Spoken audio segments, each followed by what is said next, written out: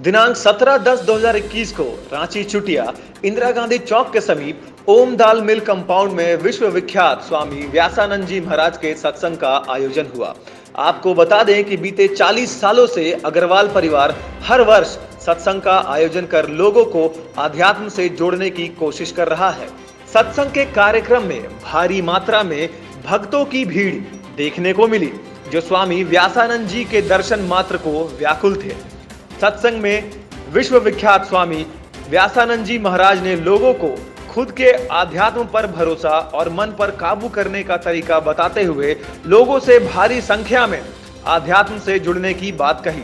आइए सुनते हैं कि स्वामी व्यासानंद जी और अग्रवाल परिवार ने द नेटवर्क मीडिया से बात करते हुए क्या कहा। बाबा, सत्संग से जो सुविचार आता है, सत्संग और सुविचार का तालमेल होता है, कहते हैं साठगांठ होता है। सत्संग जो करता है उससे उनको सुविचार, दिमाग में सुविचार आता है। तो सुविचार जीवन के लिए, शुद्ध विचार जीवन के लिए कितना ज़रूरी है। जो आज के जो लोग हैं, जो पीढ़ी है, जो भटक रहे हैं, जिनको सुविचार की कमी है, जो हर छोटी छोटी बातों पर इधर उधर अपना ध्यान भटका लेते हैं, उनको कैसे अपने मन पे, मस्तिष्क पे, सोच पे काबू रखना चाहिए। संतों ने, ऋषि मुनियों ने, शास्त्रों ने बताया है कि मनुष्य का शरीर जो है एक प्रकार का रथ है, और मनुष्य की देह में जो इंद्रियां हैं, हाथ, पैर, मुंह, आँख, कान, नाक, जिह्वा, त्वचा, ये सारी इंद्रियां घोड़े हैं।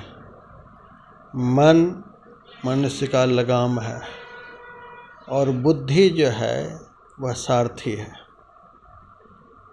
यदि रथ के ऊपर सारथी नहीं रहे तो उस रथ की क्या दशा होगी, और रथ कहाँ जाएगा। वे उच्छृंखल घोड़े रथ को लेकर के कहाँ जाएंगे, किस गड्ढे में गिराएंगे, कोई ठिकाना नहीं है। रथी जो बैठा हुआ है उस पर, उसका जीवन 24 घंटे खतरा में है यदि सारथी नहीं है तो। उसी तरह से यह सुविचार जो है, यह बुद्धि शक्ति जो है, जीवन रूपी रथ को चलाने वाला एक सारथी है। और सुविचार प्राप्त होता है, सुंदर विचार प्राप्त होता है सुंदर विचार वाले लोगों के पास बैठने से। सुंदर विचार वाले संत होते हैं, ऋषि मुनि महात्मा होते हैं, जो सदैव अच्छाई जीवन जीते हैं, अच्छाई तरफ जिसका मन सदैव लगा हुआ होता है। ऐसे महापुरुष के संग से सुविचार होता है, और सुविचार सच्चे सारथी की तरह काम करता है और जीवन रूपी रथ को सही दिशा में लेकर के चलता है। संत के संग नहीं होंगे, सत्संग नहीं करेंगे तो सुविचार हो नहीं सकता है।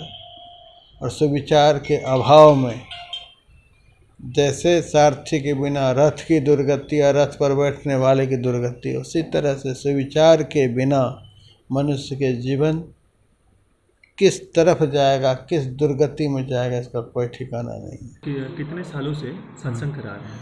हम करा रहे 78, आज कितना 22 और 20 40 साल से। 40-42 साल से आप सत्संग करा रहे हैं। हाँ, महर्षि में यासम चुटिया। अच्छा, किस वजह से सत्संग आपने कराना शुरू किया? इस वजह से कराया कि लोग काफ़ी आध्यात्मिक नहीं जुड़ते थे, भौतिकवाद में फंसे हुए थे। तो उनका भौतिकवाद से आत्मा का कल्याण नहीं होगा। जब तक आध्यात्मिक गुरु नहीं मिले, आध्यात्मिक सत्संग नहीं हो, तब तक आत्मा का कल्याण नहीं है। इसी सोच से हमारे में आध्यात्मिक सत्संग महर्षि में आश्रम का बहुत बड़ा संत है, उनका आश्रम बनाया। आश्रम बनाने के बाद में सोचे कि दानव की वृत्ति में जो लोग काम करता है, खाना पीना, रहना सहना से जो करता है, उसको मानवता की दृष्टि से करने के लिए, मानवता बनाने के लिए ये सत्संग का आयोजन किया, जिसमें झूठ, चोरी, नशा, हिंसा, व्यभिचार, पंच पापों से बच के लोग रहे। पंच पाप जो करते हैं तो आत्मा पतन की तरफ जाता है, और पंच पाप नहीं करेंगे आत्मा उत्थान की तरफ जाएगा, जीव कल्याण की तरफ जाएगा। इसी ख्याल से भौतिकवाद में लोग फंसे हुए हैं, अध्यात्मवाद में नहीं आ रहे हैं। इसीलिए मैं ये आध्यात्मिक सत्संग का ये यहाँ पर आश्रम बढ़ाया और सत्संग कराना शुरू किया। सत्संग का आयोजन करके मन को कितना सुकून मिलता है? मन को बहुत शांति मिलता है। सत्संग के अंदर सिखाया जाता है कि मन, ये जो मन है यही हमको अधोगति कर देता है और मन ही हमारा उत्थान करता है। तो मन को हम कैसे कंट्रोल करें, मन को वश में कैसे करें? मन बहुत बड़ा पापी है, इसको कैसे हम कंट्रोल करें? इसी की दीक्षा दे करके ध्यान अभ्यास, ध्यान के द्वारा ही मन कंट्रोल होता है। तो ध्यान का हम लोग बताते हैं, हमको ध्यान करिए। ध्यान, बिना ध्यान के मन कंट्रोल नहीं होगा। तो ध्यान की कला हमारे संत सिखाते हैं कि ध्यान किया कैसे जाता है। तो ध्यान करने से ये मन कंट्रोल होगा और नहीं तो मन कंट्रोल नहीं होगा। आप लोगों से क्या अपील कीजिएगा, क्या बात कीजिएगा कि वो सत्संग से जुड़े? कैसे? हाँ, लोगों से अपील करेगा, आइए सत्संग सुनिए, आपका कल्याण होगा। सत्संग के अंदर जीने की कला सीखेंगे, कैसे जिया जाता है। संसार में मरने की कला सिखाया जाता है और सत्संग में जीने की कला सिखाया जाता है। सत्य का संग कैसे करें, सत्य क्या है, इसका कैसे करें। सत्य आत्मा परमात्मा केवल है और बाकी संसार शरीर सब असत है, टोटल परिवर्तनशील है। और एक रस है, तो एक रस ये आत्मा का हम कैसे अनुभव करें और परमात्मा को इस आत्मा से कैसे मिलाएं जो बराबर परमात्मा से मिलने के लिए तड़प रही है आत्मा, इसको कैसे हम मिलाएं। ये सत्संग के द्वारा, आध्यात्मिक विद्या के द्वारा अंतःकरण के अंदर कैसे प्रवेश करें।